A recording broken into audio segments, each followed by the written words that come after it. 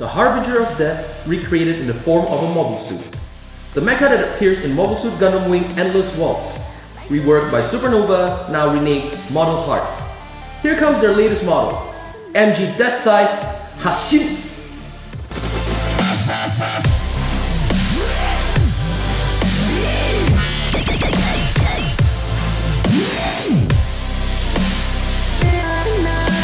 Hey guys, make sure you subscribe to our channel right here so that you can get a special price discount in our store. See you in Unity next time. Okay, hi, my name is Yujo and welcome back to Unity. Now, I finally finished building this model. It was quite hard to build, but it's really a fun process for me to build it. It's a span of like 2 days with all the excruciating pain. I mean, real painful. Because it's not Bandai, so you might actually face a little bit of issues. So instead of our usual sort of discussions where we go to details, articulations, then conclusions, we're gonna start talking about the build experience. And so far as I'm concerned, what you need is definitely your good tools like cutters, side cutters, blood, sweat, tears, and probably a little bit of a fragment of your soul. I really mean it. I was in pain. Okay, so as far as I want to discuss about this model right now, I have to say that they are trying to target on easy, fast build. So that's why they actually make undergates. And that's interesting because almost all the parts that they give you, no matter small, no matter big, they give you undergates so that it's easy for you to spray when it's on the runners itself. And I find it pretty remarkable that they've done undergates. And as far as I've cleaned everything, as far as I've done everything, I feel like the undergates are pretty well made because when I clean it up, it don't really leave lots of residues. Although I have to say that they leave undergates in sometimes the smallest and weirdest spots. And it's so hard for you to try and clean it up because, well, it's so hard for you to hold it with your fingers and you want to cut that with a cutter to clean it up? Are you crazy? Right, so here comes the other one. As far as I've seen the manuals, I kind of feel like there are some parts here that might not be too reliable because they don't really show the image properly or the graphics properly in the manual. Although I have to say, luckily, there are no mistakes in the manual and there are no such things as switched part codes in the manual. So don't have to worry, you just have to follow whatever's in the manual, that's that. Alright, now there are some parts that are so tiny, so small, and sometimes I find it so weirdly irrelevant. And when I say irrelevant, it's really irrelevant because there was this small part, I think it's part on the body. If I am not mistaken and I check the manuals, that would be part, alright, J17. Now that part is a small barrel and I don't understand what that part is. But as far as I built it, I was just like, hey, this part has got to be in the body. It's got to be on the hip area. And I'm just like wondering, why do you have to do that? Can't you like mold it together with the body? Why do you have to separate that? And now it's covered in the body with the armor and it makes no point at all. And if you're gonna say that, oh, it's for you to make better part separation. Oh, it's for you to actually, have easier paint job. I am so sorry, it's not working out very well, Model Heart. It is pointless, very pointless. But okay, kudos to you to try to hurt my fingers. That's that.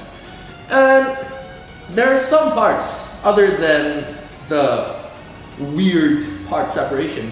I have to say that some parts are weirdly engineered because, like the body right over here, it's very hard for you to see. I'll probably close it up for you. Oh, okay. I'll probably close it up.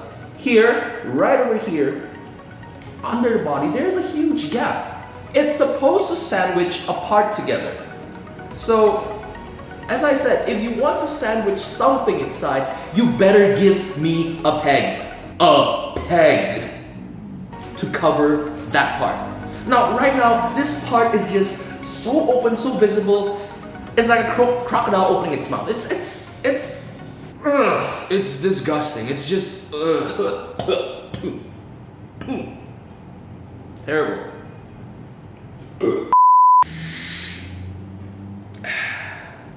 Yep, it's terrible. Another one that I dislike is the shoulder part, where some part. I have an OCD, guys, I think, for model kit. I am a perfectionist. When it comes to calibrating the left and rights, okay, there are some parts that I just want stuff to stop right in the middle, to be aligned right in the middle, okay? The shoulder decides that this part, these beautiful white parts, okay, it didn't stay in the middle, and I was just so upset. Some parts probably a little bit to the front, another one is just right in the middle. What? I just can't take it. So I tried to fix it, but I couldn't, so I just left it be. Gosh, they really need to make their models accurate. I just hope that they mold it accurately next time. I really hope. And what can I do? So I just leave it be, and I pretend that I don't see that. I pretend that it didn't happen. It never was, right? Also, I figured that this figure is really crazy sharp. So, likewise, I would like to bring it forward to you a little bit so I can show you what's going on, what parts are sharp and what.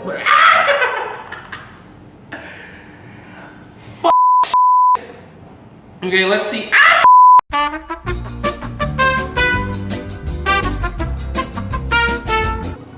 So, as far as details, I really like the details of this model because the panel lines are still clean, not too shallow, and it's something that you can still get even though you don't really panel line it. And it's really deep. And for this scale, they've done quite a lot of beautiful panel linings in different parts. And I say the details are much better than the very basic Bandai.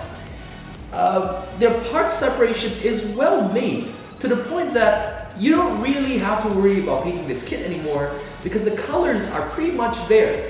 This here, the model, is not painted yet. So everything that you've seen here is really out of the box, built without any works given. Almost everything has crisp, sharp details. I love that part. Colors, they're pretty vibrant, they're pretty clean. The plastic don't have stains, and that's just remarkable from this model. And for accessories wise, you get two sides because one side is for you to give this berserk mode because they give a new mode to this model suit, which you don't get from the Bandai. And you get the usual normal green side. In the other hand, because you have the red and the green, you also get the red clear parts for the eyes. And something that you don't really see right there is on the hips, they will also provide you two different clear parts, one red and another one green.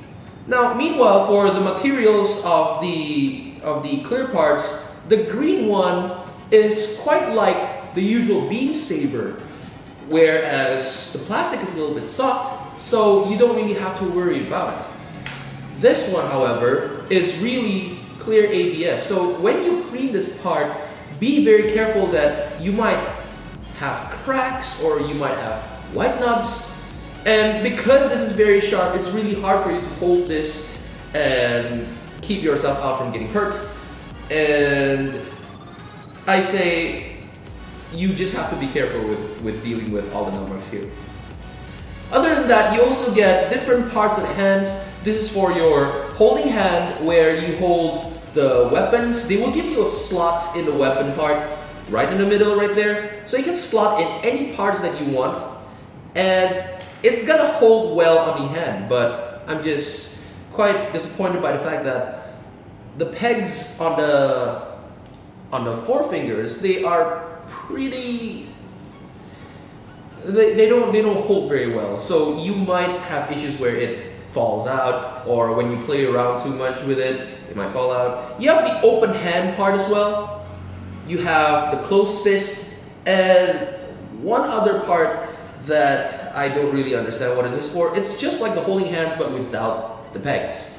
You also get extra arm guards, and right here are just the non-interesting extra parts that you're not going to use anyway. This is probably because that they use the same frame from other mobile suits and they just incorporate it inside this part. So that's that. Let's now talk about the articulations. So now let's talk about the articulation parts. We'll start with the head. So the head don't really go up that much. So it goes down that much. We'll talk about the arms. The shoulder has 360 spin. Ow, ow, okay, that hurts. Okay, spin. A little bit of a reach right there. Not too much because it's hindered. You have twist right here. It's 360. There's no polycaps here, so there might be a tendency where your stuff pop off a little bit.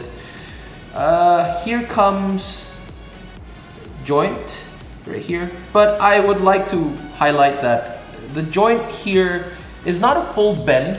It's more like more than 90 degrees because the armors here will start to hinder one another. And you have wrist twist 360. Thumbs. The thumbs right there. It's articulated thumbs. Yeah. Okay. Now let's go to the waist. The waist, I don't really say that I want to twist it that much because here it's hindered by the side skirts and you get that much. It's quite hard, it's quite solid, that's why it's quite tough for me to do it. You have here also another ball joint for you to go a little bit sidewards. A little bit of a crunch. And a little bit of an arch. Oh, something came off, I think. Oh yeah, the back skirt. Now, we also have a kick, but you really have to move the side skirts a little bit upwards. The kick, however, is hindered by the side skirts that much, as you see. It's really not too far because of what's going on in between right here. You have 90 degree, well actually a full bend with a little bit of a mechanism running right over here. You also have ankles, okay, that goes that much, that far. You get side to side a little bit, but not too much because it's hindered right here. You have the toe going downwards, but sadly it doesn't go upwards for, oh it does. It does go a little bit upwards, but you cannot give this upwards too far because it's not meant to be posed in a kneeling pose. It's more like supposed to be on a flying pose. Now you have back kick. You have here the hip joints, twist. Not too much as well because it's hindered by the armors. The side skirts, they don't run in ball joints, so they just go pivoting. Oh, yeah, pivoting upwards and downwards. But since it's hindered by the waist right here, it pops off very easily. So I'll show you how it pops in. You just have to push it in a little bit. And there you go. That's basically it. It's not ball jointed. So that's it for the articulations. All right, now let's go to the wings. I say that the articulations here are the ones that gives a lot of impact. Now here, it looks like it's a solid wing that can't really do anything, but you can actually extend this a little further. Okay, there are joints right here to here, and you also have joints right over here. Pull it out a little bit more with a little bit of a hinge. It's quite hard, quite solid, but I assure you it can really stay. Here, it doesn't go forward that much on the first part of the wing, but it goes backwards that much.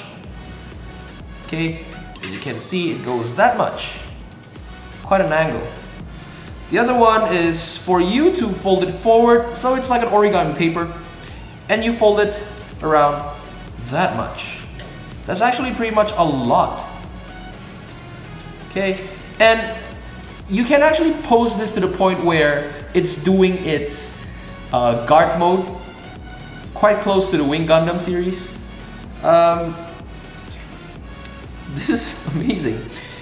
You also have here the claw, where it can either fold inside, or like the other hand, you can just fold it outside. Yeah, that's all. Pretty much that's all from the deathscythe Supernova. So for the conclusion of this figure model kit, I really like this model kit because, well, with less efforts, I find that it's already outstanding, and provided I have not even used any of the decal sheets right here, it would have been more than this. It would have been more outstanding, even so that we find all these different problems. But for you to have something which is close to a metal build together with this base, I suggest that you hurry up and get this thing because, well, it's far better than the Bandai in so many ways too. You get more accessories, you get better details, you get more stuffs. A stand which is that beautiful as well for displays. So I don't suggest why not. For a price of 565, maybe around that, I find that this is a lot better than the Bandai original ones. So it's something that I could say worth it a lot from my pocket.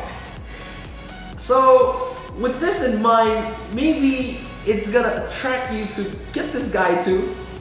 It's pretty limited because, well, they don't really produce as much as before anymore because they're avoiding their issues with Bandai. So get it as soon as possible, be quick about it before it runs out in the market. So that's it from me today. I'm Yujo, and see you next time in Unity. Bye bye!